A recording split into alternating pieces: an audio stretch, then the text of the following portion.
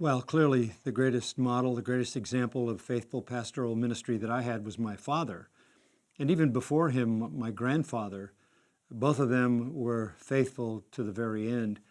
My grandfather died, and one of the burdens of his heart at the time I was just a small boy was that he had prepared a sermon that he never got to preach.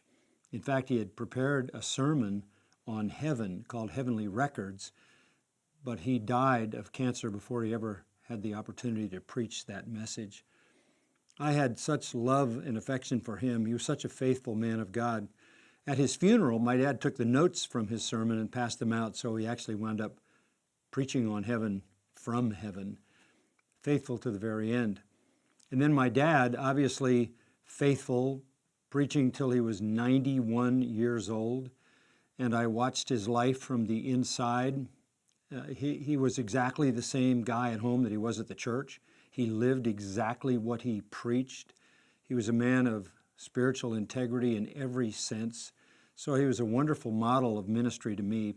And I grew up seeing these two men be everything that they preached. That is a priceless gift to a young guy called into ministry. So my dad would be the answer to that question. He was the most faithful, and I knew him the most intimately, faithful to the very, very end, to the Lord and to the truth.